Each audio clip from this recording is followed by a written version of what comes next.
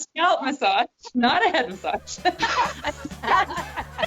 That was actually just really fun to make Terenzio blush.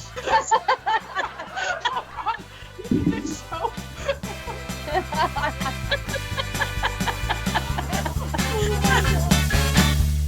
Marlo, tell us about what was difficult for you when deciding to become a hairstylist. Well, my difficulty was actually in the fact that I did it when I was in my 30s. I always wanted to do it when I was in high school, go to beauty culture, but my mom wouldn't allow me to. So she had read an article about how all hairstylists make under minimum wage and there's no future and they'll be out of it in 5 years. So I was miserable, and it was actually my hairstylist that said, well, what did you want to be when you were growing up? And I said, well, funny, I wanted to be a hairstylist. And he looked at me and went, duh. So and my mom felt so bad for not letting me go when I wanted to that she actually paid for my hair school. Oh, so. That's really sweet.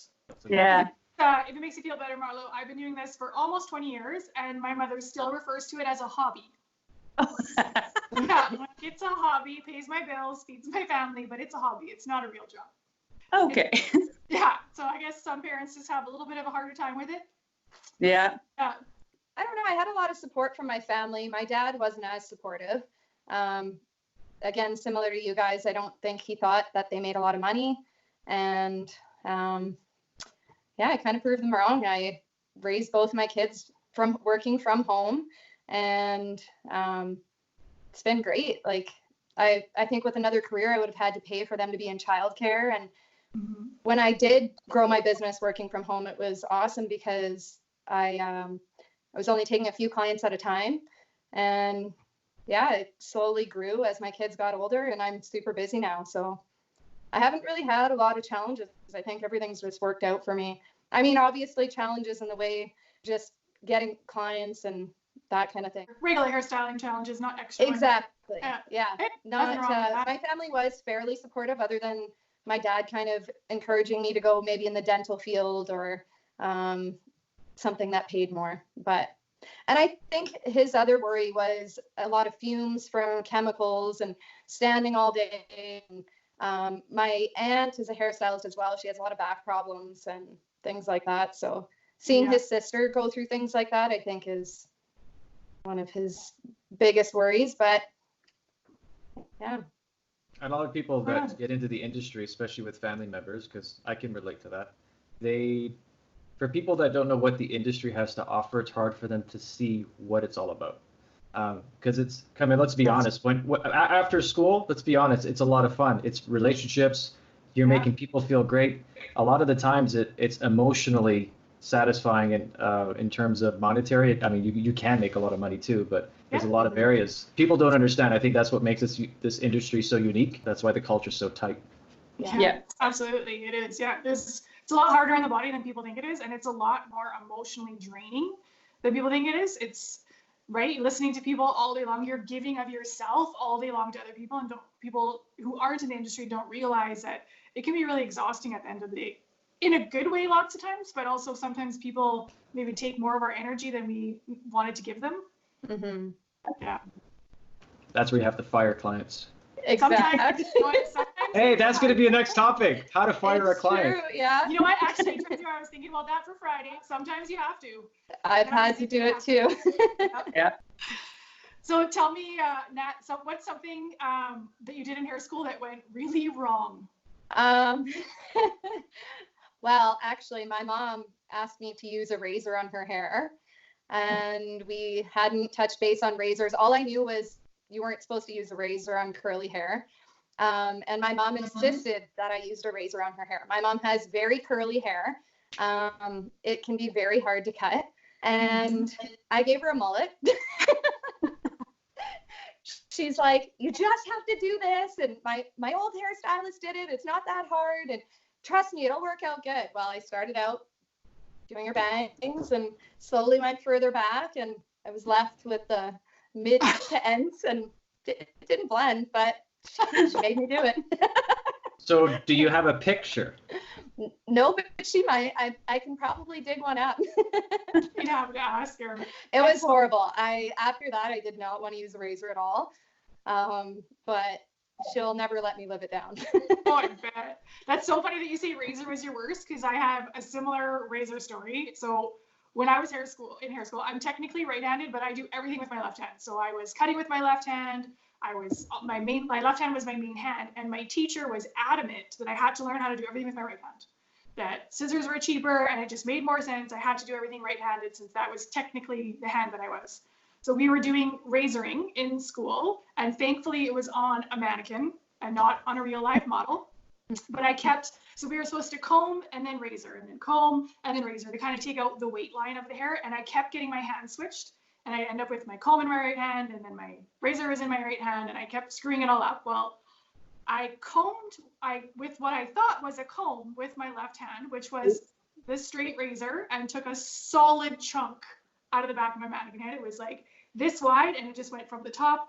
I took the whole section out, and I gasped so loud, and I swear you could hear the chunk of hair hit the floor, and everyone in the classroom just stopped to look at what I was doing. And I was like, yeah, and I'm done. I don't want to razor anymore. It was awful. Traumatized.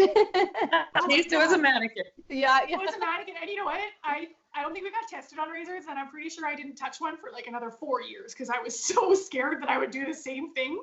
Oh, it was awful. That's awesome.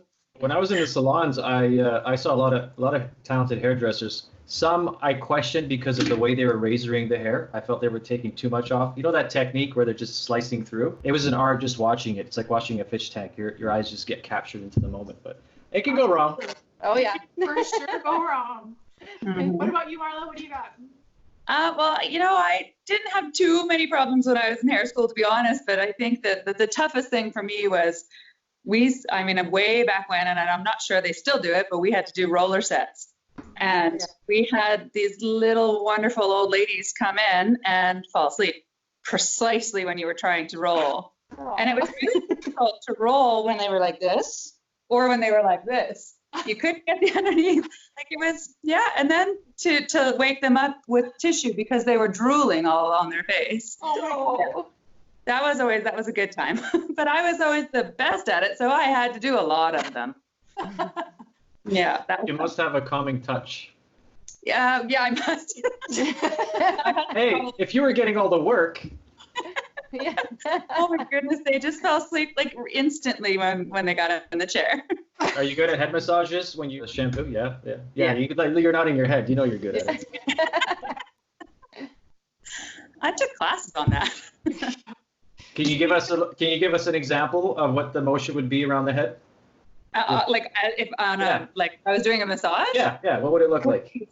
Well, this won't be creepy at all, I swear. Okay. Massage the air. Your head's cut off. I would like the scissor motion over the ears. Yeah. Oh yeah, that works because they say like along the temple area there. That's like parietal ridge. Yeah. Is that what it's? Yeah. And definitely up the back of the neck. If you lift their head a little bit and massage up into the back of the neck, there's so much stress there. People just will go crazy. There's actually 4 pressure points behind each ear.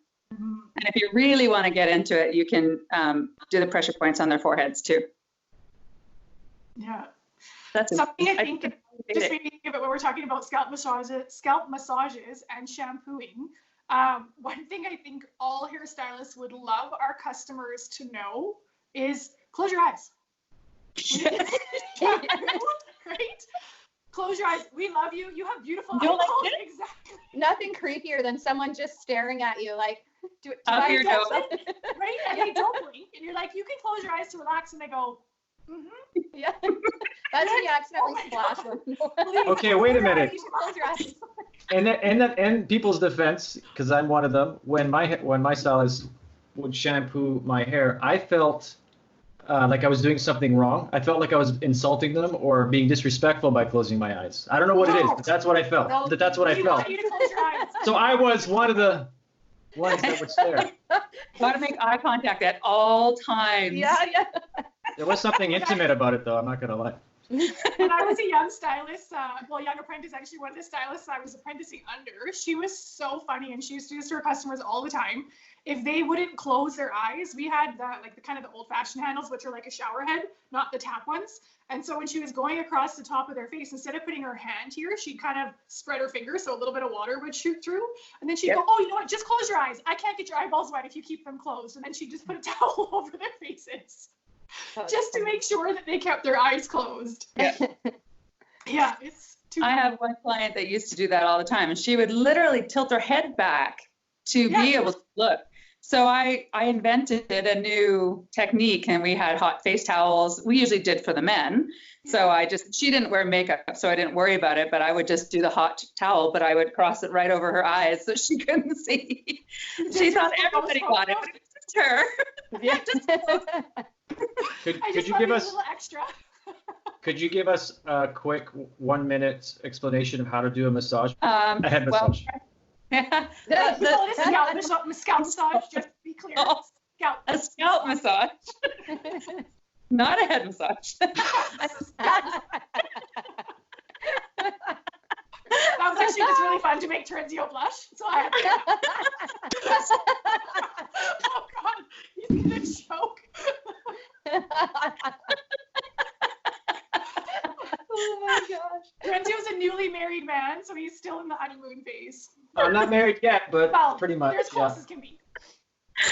I'm not anyway. shy. Don't get me wrong, but when you have three beautiful women staring at you, talking about that, I don't know. It's I told you this one was gonna be Good thing you're sitting down. Exactly.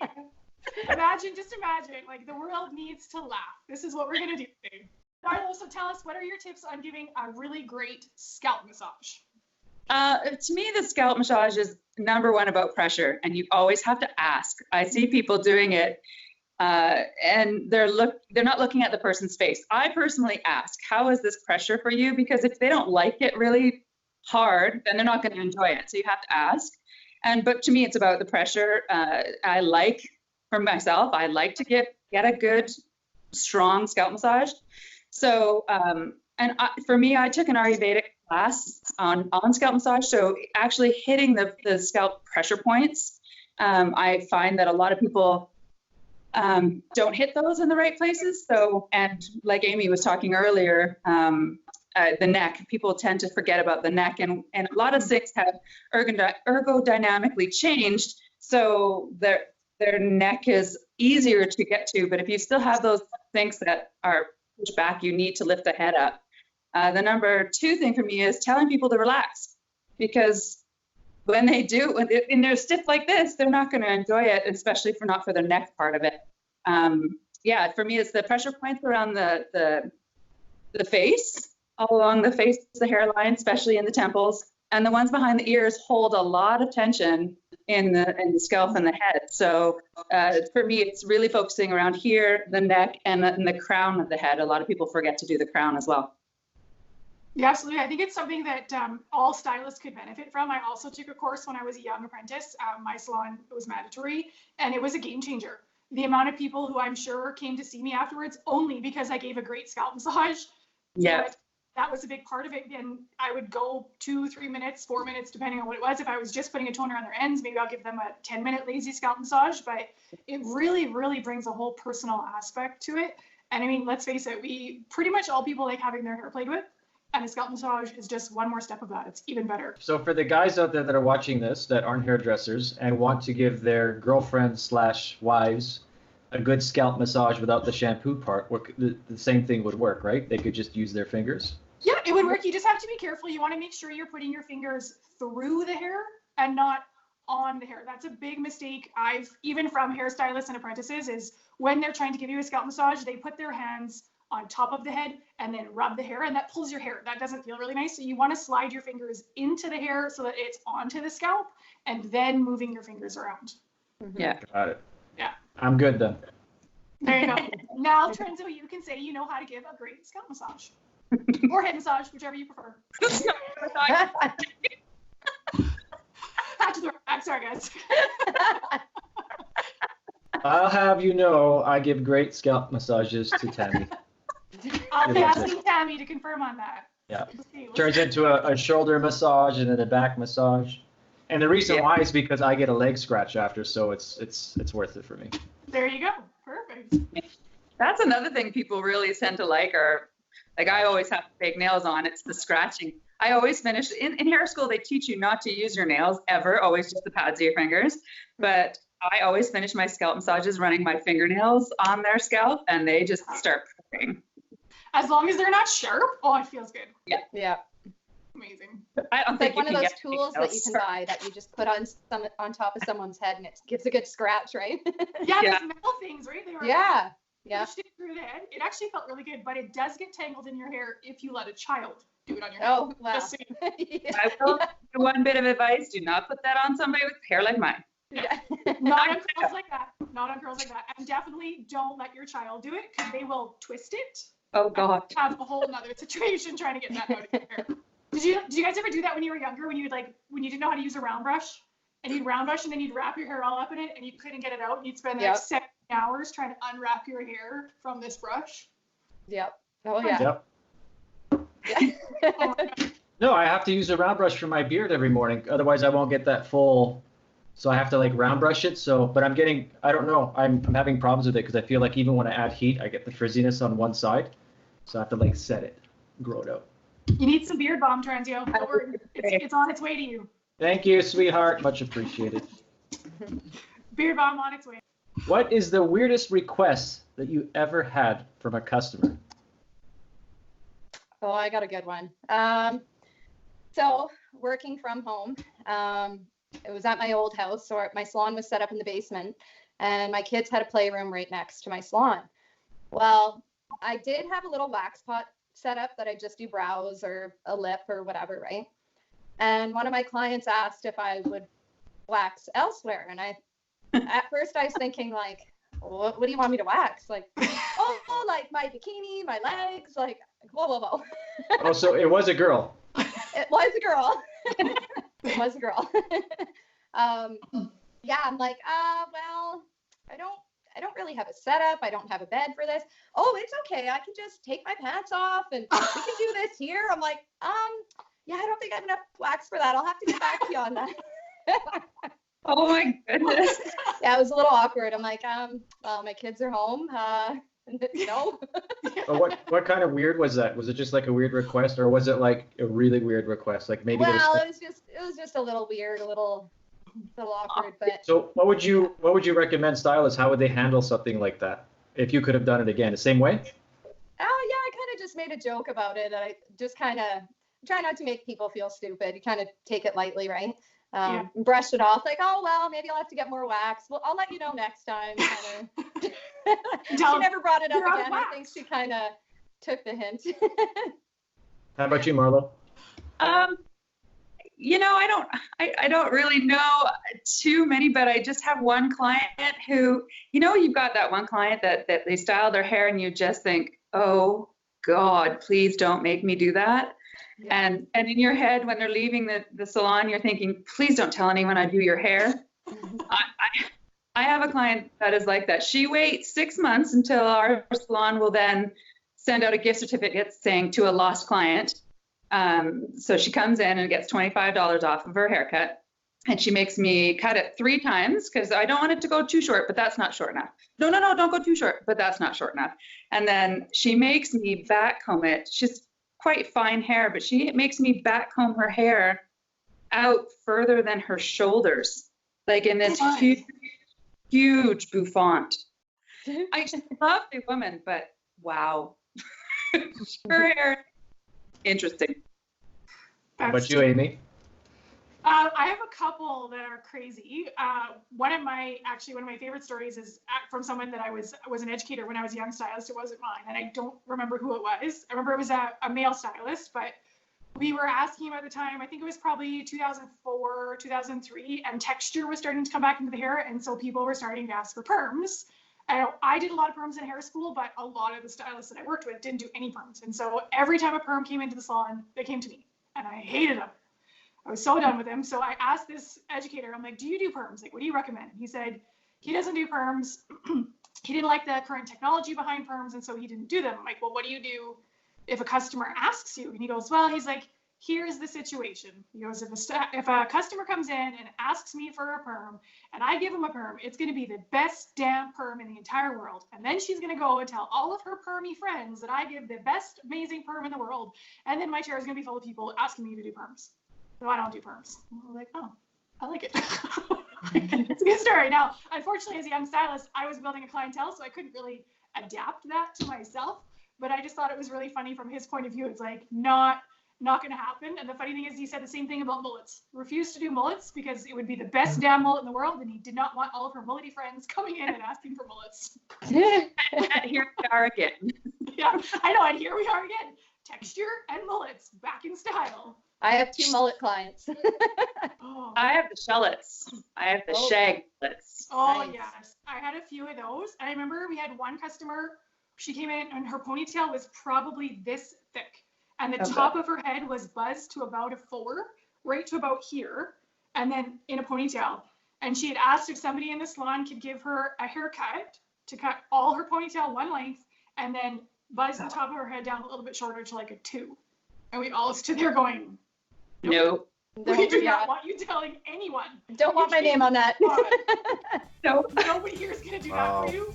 Sorry, not happening. If any of you are watching this video and you have a question, make sure you throw them down in the comments below and subscribe and hit that bell notification so that you're up to date for every future content that we create.